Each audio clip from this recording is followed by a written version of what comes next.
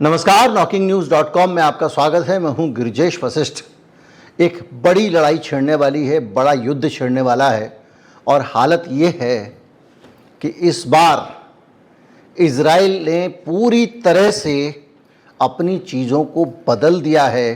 पूरी दुनिया में नई चुनौतियां खड़ी हो गई हैं। पूरी दुनिया को नए सिरे से सुरक्षा के मामले में सोचने पर मजबूर कर दिया है। खुद इजराइल का कहना है कि ये नया युग है, युद्ध का नया युग, न्यू एरा ऑफ वॉर। हम समझने की कोशिश करेंगे कि ये नया युद्ध है, युद्ध का नया दौर है या आतंकवाद अपने नेक्स्ट लेवल पे पहुंच गया है। और हम ये भी समझेंगे कि ये मानवता के लिए कितना बड़ा खतरा है। और उसके साथ साथ हम ये भी समझेंगे कि इजराइल ने ऐसा क्यों किया, इजराइल की इसके पीछे रणनीति क्या हो सकती है। कहीं मत जाइए, चैनल को सब्सक्राइब कर लीजिए। मैं भी हाजिर होता हूँ।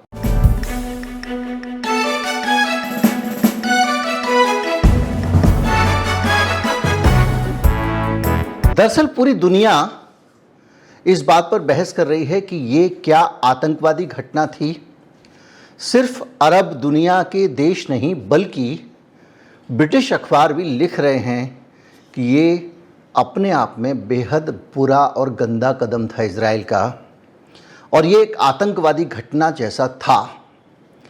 इसको आतंकवाद क्यों कहा जा रहा है, अभी मैं आऊँगा दूसरे चरण में कि इजराइल ने ऐसा किस रणनीति के तहत किया, उसको ये क्या सूझी, क्यों सूझी। जो बकवास छप रही है आसपास अखबारों में, यूरोपियन प्रोपेगेंडा, उसकी बात नहीं करेंगे। सीधे सीधे बात करेंगे स्ट्रेटजिक वाली। पहले ये डिस्कस कर लेते हैं।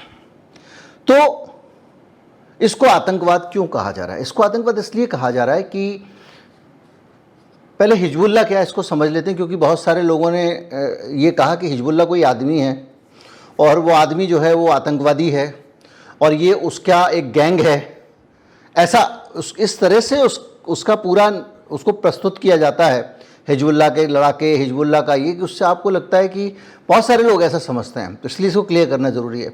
हिजबुल्लाह ऐसा नहीं है। हिजबुल्लाह एक पॉलिटिकल पार्टी है, यानी उसका अल्लाह मतलब भगवान और हिज्ब मतलब उसका कुछ शब्द है मतलब।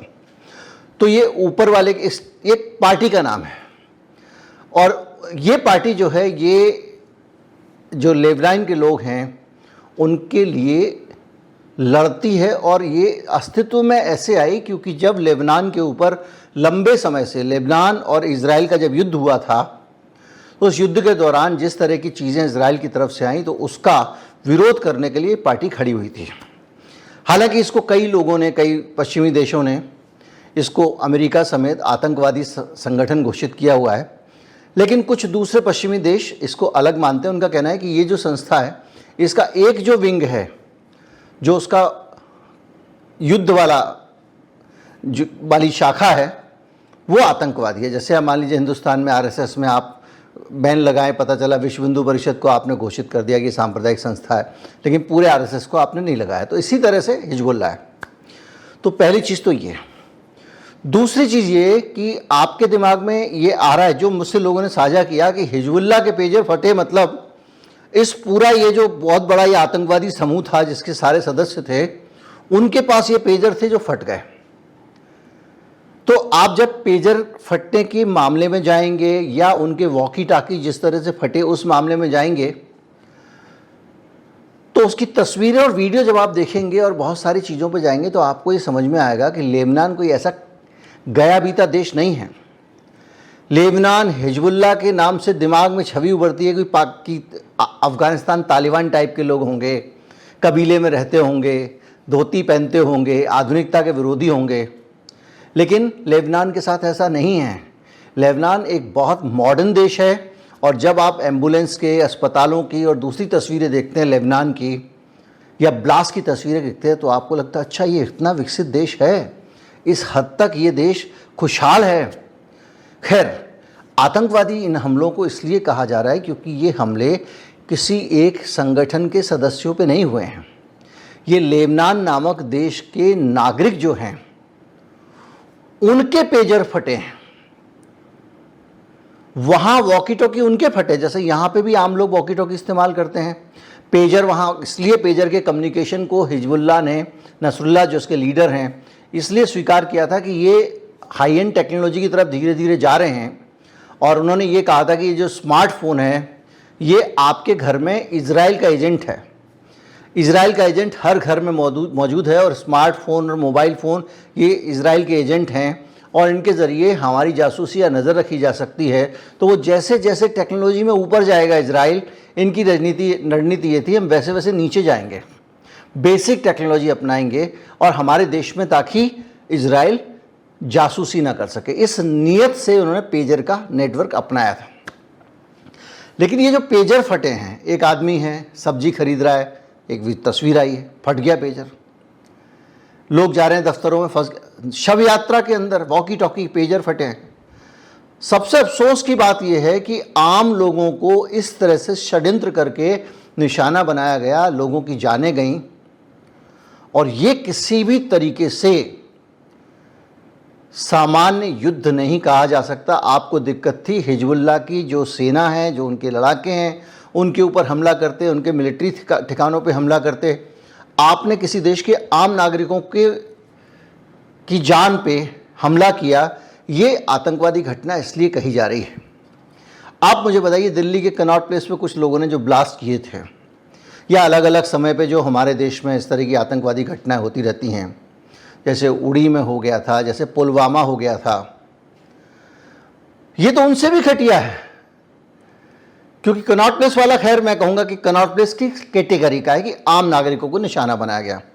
लेकिन पुलवामा और उड़ी वाला जो मामला था या पठानकोट वाला जो मामला था, वो आतंकवादी घटनाएं तो स्टेट के खिलाफ थीं, फौज के खिलाफ थीं, केंद्रीय बलों के खिलाफ थीं, ना कि आम नागरिकों पे हमले भोले गए थे। हिजबुल्लाह ने तो सीधे सीधे आम नागरिकों को उड़ा दिया। तो ये जो आप तस्वीरें देख रहे हैं, ये किसी एक खास संगठन के मेंबर्स की नहीं हैं, ये आम नागरिकों को निशाना बनाया गया है।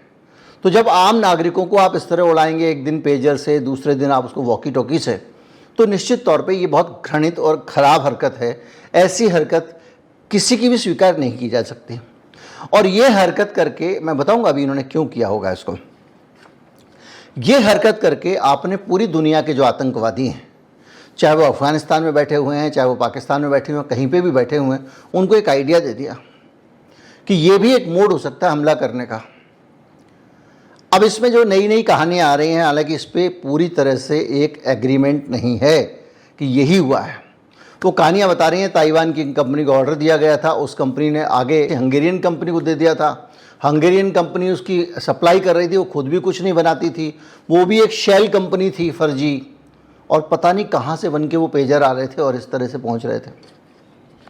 तो कल के दिन कोई भी देश, किसी भी देश में, हमारे यहाँ तो हम तो अभी भी लगातार दोनों हाथों से, मैं आपको एक चीज़ याद दिलाना चाहूँगा, भारत में मनमोहन सिंह के समय में चीनी खिलौने के आयात पर रोक लगा दी गई थी।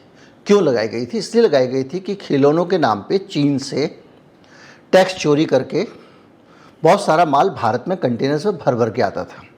इलेक्ट्रॉनिक उत्पाद आएगा और नाम होगा खिलौना। तो उसमें क्या होता था कि जैसे एक 100 रुपये का आर्टिकल है तो उसमें 5 रुपये रेट लिख के वो भेज देते थे, और उसमें जो टैक्स पे करते थे वो उसकी 5 रुपये कीमत को आधार बांधकर करते थे। तो इस तरह से बहुत सारी इंपोर्ट ड्यूटी हमारे यहाँ लोग बचाते थे। और आपने देखा होगा, बाज़ार में आप चीनी माल खरीदने जाते थे उस ज़माने में, तो उसमें 100 रुपये का माल होता था और रेट लिखा होता था 2 रुपये या 4 रुपये। तो वो कहते थे इससे कुछ नहीं होता, MRP लिखी रहने दो, इतने का ही मिलेगा। तो उसको मनमोहन सिंह ने रोक लगा दी थी। अब आप देखेंगे कि पूरा फ्लिपकार्ट, ये वो डिओडेप टाइप की नई बहुत सारी वेबसाइट खुल गई हैं जो लगातार चीनी माल ला रही हैं और यहाँ पर बेच रही हैं, सब स्टैंडर्ड चाइनीज़ माल, जिसके बारे में ना तो ये पक्का है कि उसकी प्लास्टिक की क्वालिटी क्या है, ना ये पक्का है कि वो जो इलेक्ट्रॉनिक डिवाइस है उसके अंदर क्या मिला। अब तो जब इलेक्ट्रॉनिक डिवाइस के अंदर इतने ब्लास्ट जैसी चीज़ें, विस्फोटक तक रखे जाने लग गए हैं, तब मोदी जी रिकॉर्ड इंपोर्ट कर रहे हैं, रिकॉर्ड। अभी फिर और इंपोर्ट बढ़ गया चीन से। चीन कौन है? हमारा दोस्त है क्या? चीन से जो सामान हमारे यहाँ आ रहा है उसकी क्या गारंटी है कि उस सामान में कहाँ पे क्या रखा होगा, कब कौन सा बटन दबाएगा? अब तो ये बड़ा नेशनल सिक्योरिटी का थ्रेट खड़ा हो गया ना। क्यों हुआ? क्योंकि इजराइल ने एक नया रास्ता खोल दिया। इजराइल ने पूरी दुनिया को ये गंदगी, गलीजपन का, गिरावट का घटिया रास्ता दिखा दिया, ताकि पूरी दुनिया में अब लड़ाई और निचले स्तर पे चली जाए। इंसान हैवान के बनते बनते हैवान का बाप बन जाए और आम लोग जिसका कोई लेना देना नहीं, मेरी कहाँ किसी देश के किसी नागरिक से दुश्मनी है, उसकी सरकार से दुश्मनी है, ना उसकी मुझसे कोई दुश्मनी है, ना मेरी किसी पाकिस्तानी से दुश्मनी है, ना चीनी से दुश्मनी है। ये तो सरकारों के, नेताओं के और फौजों के आपसी मसले हैं। जो हमारे देश की सरकार से लड़ेगा हम उसका विरोध करेंगे, ये हमारा फर्ज बनता है। तो समझ में आता है अंतर्राष्ट्रीय मामलों में अभी राहुल गांधी गए थे तो उन्होंने कहा भाई हमारे देश की विदेश नीति वही है जो हमारी सरकार की है, इसमें हमारी कोई दो राय नहीं। अभी अमेरिका गए थे यही बोला उन्होंने। खैर, तो हिजबुल्लाह ने के ऊपर इजराइल ने किया, इसके पीछे एक साफ साफ चाल है, साजिश है, खेल है। खेल क्या है? दरअसल हमास के बहाने पूरी गाजा पट्टी को इजराइल बर्बाद कर चुका है और उस फ्रंट पे लगातार वो अब तो बच्चे, गरीब बच्चे, बीमार, मरीज, बुजुर्ग बचे हुए हैं, उनकी बर्बर हत्याएं कर रहा है। ये खबरें लगातार आ रही हैं, इसमें कोई मेरे मन तरफ से कुछ नहीं है। और उसका बदला लेने के लिए दो लोग अभी तक सामने आए, एक हूती आया और हिजबुल्लाह आया है। पश्चिम का कहना यह है कि ये सारा का सारा हिजबुल्लाह को ईरान से सपोर्ट मिल रहा है, ईरान इनको हथियार दे रहा है वगैरह वगैरह। 1.5 लाख से ज़्यादा इनके पास मिसाइलें हैं। तो हिजबुल्लाह लगातार इजराइल को बता रहा था कि तुमने जो अपना बड़ा बड़ा फोकस बना के रखा हुआ है, तुम कुछ भी नहीं हो, जब चाहें जहाँ चाहें तुमको उड़ा देंगे। लेकिन हिजबुल्लाह की एक चीज़ सामने आई, एक व्यवस्था होती है किबुत्स। जिन लोगों ने किबुत्स के बारे में पढ़ा है वो जानते होंगे, और जिन्होंने नहीं पढ़ा है वो हम अभी बता देते हैं आपको। दरअसल जैसे हमने चर्चा की गांधी जी का ग्राम स्वराज्य, एक ऐसा गांव जो खुद पर ही निर्भर है। वो गाय पालता है, गाय के गोबर से घल भी लीप लेता है, गाय के गोबर से खाद भी बना लेता है, उसको खेतों में डाल देता है। खेतों के अंदर से अनाज उगता है, वो अनाज खा लेता है, भूसा गाय को खिला देता है। गाय का दूध निकलता है, उसका खुद इस्तेमाल करता है, उसके घी का इस्तेमाल कर लेता है, बाकी चीज़ें कर लेता है, सब्जियां उगा लेता है। मतलब ग्राम स्वराज्य का मतलब यह है कि गांव बाहर किसी पर निर्भर नहीं रहेगा। जो किबुत्स हैं, किबुत्स एक ऐसी व्यवस्था है जो गांधी ने शायद वहाँ से इंस्पायर किया होगा, क्योंकि किबुत्स पुराने हैं। 1910 के आसपास की बात कही जाती है, तब से किबुत्स हैं। जो वामपंथी आंदोलन रूस में बढ़ा, उसका बड़ा प्रभाव इजराइल के ऊपर था उस समय। उसमें ऐसी समाजवादी व्यवस्थाएं बनाई गईं जिसमें एक राज्य होगा छोटा सा, जिसमें 1000 लोग भी हो सकते हैं, 5000 लोग भी हो सकते हैं, 7000 लोग भी हो सकते हैं, 10,000 लोग भी हो सकते हैं। इससे बड़ा वो राज्य नहीं होता, एक गांव जैसा होता है। उस किबुत्ज में जो भी संपत्ति है सबकी है, सबको सब कुछ बराबर मिलता है। सब लोग जो काम करते हैं, कोई खेती कर रहा है, कोई कुछ कर रहा है, अब तो थोड़े थोड़े उद्योग भी उन्होंने लगा लिए हैं, और उससे जो भी आमदनी हो रही है वो सबकी हो रही है, और उसमें सबका साथ सबका विकास। तो ये एक ऐसी व्यवस्था है जो ना तो वो हथियार रखते हैं ना कुछ रखते हैं, उनको किसी से कोई मतलब नहीं है। तो बहुत सारे किबुत्ज जो हैं वो उस इलाके में पड़ते हैं जहाँ से हिजबुल्लाह इजराइल पर मिसाइलें छोड़ रहा है। बावजूद इसके कभी भी हिजबुल्लाह ने इक्का दुक्का घटना को छोड़ दें तो बेकसूर लोगों को, किबुत्स में रहने वाले लोगों को निशाना नहीं बनाया। वो जब भी हमले करता है इजराइल डिफेंस फोर्सेस के ऊपर करता है, आईडीएफ के ऊपर। तो अभी क्या हुआ है कि हिजबुल्लाह ने इजराइल की नाक में दम किया हुआ है। अब ये क्या करे? ये इधर से अपने कहाँ दक्षिणी हिस्से में बिजी है, क्योंकि गाजा पट्टी का उत्तरी हिस्सा इन्होंने खाली कराया, सारे लोगों को हाँक के ले गए दक्षिण में, और दक्षिण में तबीयत से उनको ख़त्म कर रहे हैं, और जुल्म, मतलब उस पर सब तरह की बातें हो चुकी हैं। अब वहाँ सीज फायर की बात चल रही है। तो इन्होंने क्या किया कि अब ये क्या कर रहे हैं कि गाजा पट्टी से बहुत सारी सेनाएं, टैंक वगैरह अब अपनी उत्तरी सीमा पर लगा रहे हैं, यानी ऊपर का हिस्सा जो है इजराइल का। वो कौन सा हिस्सा है? वो हिस्सा है जिधर हिजबुल्लाह बैठा हुआ है। अब ये लेबनान के साथ युद्ध करेंगे, हिजबुल्लाह की तरफ बढ़ेंगे। किसी भी वॉर में, किसी भी युद्ध में, किसी भी लड़ाई में, अभी उनको वो कह रहे हैं कि हमको यहाँ से साफ दिखाई दे रहा है इनके टैंक आ रहे हैं, हम इनको जब नज़दीक आते ही उड़ा देंगे वगैरह वगैरह, वो सब बीरस की बातें सब करते हैं। इजराइल जैसे शातिर आदमी के सामने इतना आसान बयान देना भी। तो क्या किया कि इससे पहले ये उत्तरी बॉर्डर पे जाते और इनकी जो मूवमेंट थी, किसकी, इजरायली सेना की, ये जा रहे हैं वहाँ पे, किधर, हिजबुल्लाह वाले बॉर्डर पे। तो उधर से हिजबुल्लाह इन पे हमला करेगा तो कैसे करेगा, कम्युनिकेशन से करेगा ना, आपस में बात करेंगे, एक दूसरे को संदेश देंगे, यहाँ से ये आ रहा है, वहाँ से वो आ रहा है, ये आ रहा है। उस कम्युनिकेशन के अंदर से अभी मिलिट्री डिवाइस जो है कम्युनिकेशन की, दूसरी चीज़ें उनके पास हैं, लेकिन ये जो बेसिक कम्युनिकेशन थे, वॉकी टॉकी और पेजर, इस तरह की चीज़ें जो थी, इनको उन्होंने उड़ा दिया। यानी एक तरह से पूरा कम्युनिकेशन हिजबुल्लाह का नष्ट करने की कोशिश की है। यानी वो आपस में संवाद नहीं कर पाएंगे, आपस में संदेशें नहीं भेज पाएंगे। यानी संदेशों के मामले में वो और पीछे चले गए 25 साल पहले, 20 साल पहले। और इसका फ़ायदा उठाकर, ये जो अफरा तफरी है, इसका फ़ायदा उठाकर इजराइल अपनी सेना को उस बॉर्डर पे ले जा रहा है जहाँ से उसको लड़ाई आगे करनी है। क्योंकि वो है रॉकेट लेकर बैठा हुआ है, उसके पास आधुनिक मिसाइल्स हैं, सोफिस्टिकेटेड वेपन्स हैं। अगर उसका, हिजबुल्लाह का कम्युनिकेशन स्ट्रांग रहेगा तो वो इनको इकट्ठा ही नहीं होने देगा। ये बॉर्डर पे पहुंचेंगे उससे पहले इनको उड़ा देगा। ये इकट्ठे होंगे तब तो लड़ेंगे, इनको इकट्ठे होने का मौका ही नहीं देगा। तो इकट्ठे होने का मौका मिल जाए, इसके लिए ज़रूरी है कि सामने वाला जो है उसको एक झटका दे दो, उसके कान और मुंह बंद कर दिए।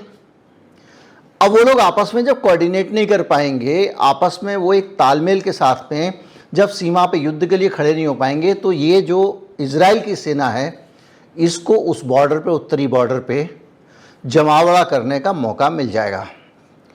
तो मुझे ऐसा लगता है कि ये पूरी की पूरी जो प्लानिंग है, इसमें अधिक बड़ा मकसद पेजर उड़ाकर लोगों को मारना नहीं था, बल्कि हिजबुल्लाह का कम्युनिकेशन ही ठप कर देना था। लेकिन इसमें जिस तरह से आम नागरिकों को, जनता को नुकसान पहुंचाया गया, उनका जीवन खतरे में पड़ा, ये स्वीकार नहीं किया जा सकता। और इसीलिए पूरी दुनिया में गंभीरता से इसकी निंदा हो रही है। और मैं इसकी निंदा इसलिए करना चाहूँगा कि भारत जैसे देश, दूसरे देश जो इलेक्ट्रॉनिक उत्पादों के मामले में विदेशों के ऊपर निर्भर हैं, तो अच्छा भला जो भारत हिंदुस्तान में लोकल रेडियो ट्रांजिस्टर बनाता था, कार्बन मोबाइल, लावा मोबाइल, पता नहीं कौन कौन से मोबाइल बनाता था, दुनिया भर के छोटे बड़े इस तरह के, और ये तो अभी ये मोबाइल भी चाइना से बन के आते थे, उससे थोड़ा और पीछे चले जाएं तो इतना लोकल माल बनता था। ये क्या, ये लोकल है, दिल्ली का लोकल माल है, दिल्ली का लोकल ट्रांजिस्टर है, ये मुंबई का लोकल है। वो पूरी इंडस्ट्री है पूंजीवादी व्यवस्था के चक्कर में, ग्लोबलाइजेशन के चक्कर में इन्होंने ख़त्म करवा दी। अब हालत ये है कि इलेक्ट्रॉनिक डिवाइस, दूसरी चीज़ें सब कुछ चाइना से आ रही हैं, और हमारे वालों को तो आप उम्मीद छोड़ दो कि ये उतनी अच्छी तरह से समझ भी पाएंगे कौन सी डिवाइस में क्या लगा हुआ है, क्या किया हुआ है, क्या नहीं किया हुआ है, कोई इसकी कोई व्यवस्था ही नहीं है। तो उसने जो एक ऐसा रास्ता खोल दिया जो भारत जैसे देशों के लिए बहुत खतरनाक हो सकता है। खतरनाक अमेरिका जैसे देशों के लिए भी हो सकता है, लेकिन अमेरिका के पास संसाधन है, शायद वो उसका कोई तोड़ निकाल पाए। लेकिन हम तो बुरी तरह से जो है वो फंस गए हैं। और किसके कारण? इजराइल की इस हरकत के कारण।